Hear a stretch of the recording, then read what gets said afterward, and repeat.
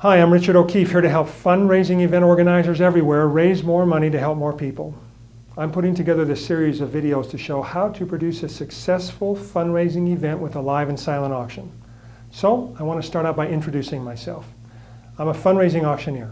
Been one for over 17 years. I own and operate Richard O'Keefe Fundraising Auctions. I've helped produce over 700 fundraising events as a consultant and fundraising auctioneer. I've written a book on fundraising events called Shake the Money Tree. And you know, I've got a copy around here someplace. Oh, here it is. Okay, enough about me. Let's talk about something near and dear to both of us, raising money. Wouldn't it be nice if we had a magic wand and we could just tap the people who came into our fundraising events and make them feel generous?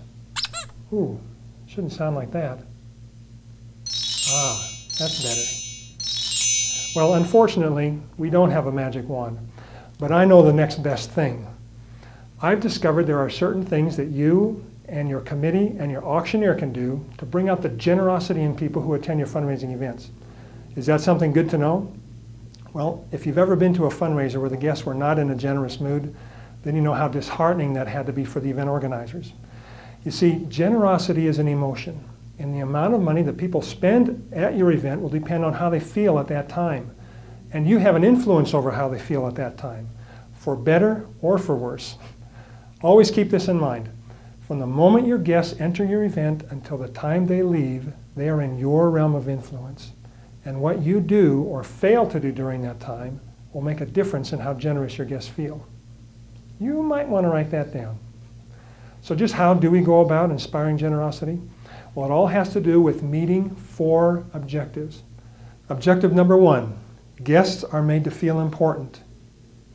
Number 2, they gain a desire to support your cause. Number 3, they want what you're selling. And number 4, they get caught up with the thrill of bidding, which happens to be my favorite. So check it out. If your guests feel like royalty, get choked up with emotion over your cause, want what you're selling, and discover the excitement of bidding, not only will they give you a lot of their money, they will thank you on their way out. You can also look at these objectives from a negative point of view.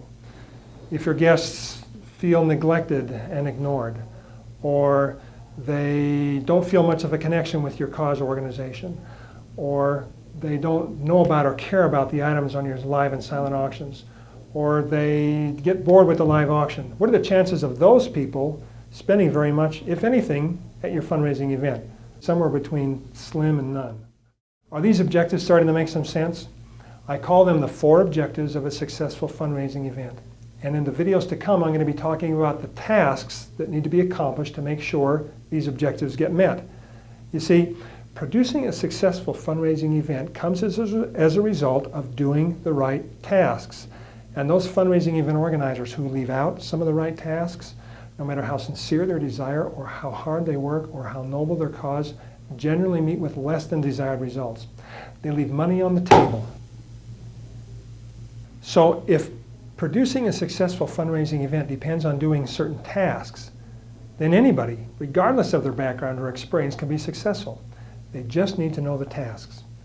Well, the tasks that I'm going to be sharing with you come from my own background, experience, and observations, from talking with conversations I've had with event organizers, from seminars I've attended, from books, magazines, and newsletters, and from talking with other auctioneers who, like myself, specialize in fundraising events.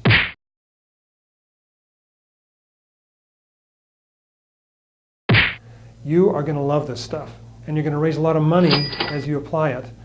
I'm excited to share it with you. You might even say it's my passion.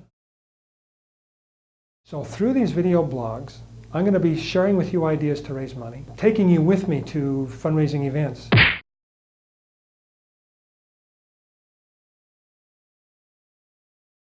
Interviewing successful event organizers. I might even interview some unsuccessful event organizers. So tell me, what do you attribute your unsuccessfulness to? Well, Richard, I failed to follow your advice. Yeah, that's an episode you won't want to miss.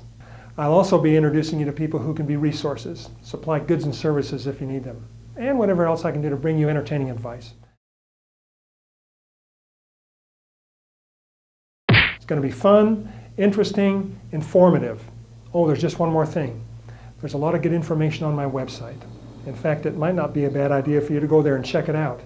Seriously, www.letsdoanauction.com. Write that down, go to the website, take a look around, consider that your homework. Okay, event planners, that's all for now. Until next time, may you find success shaking the money tree.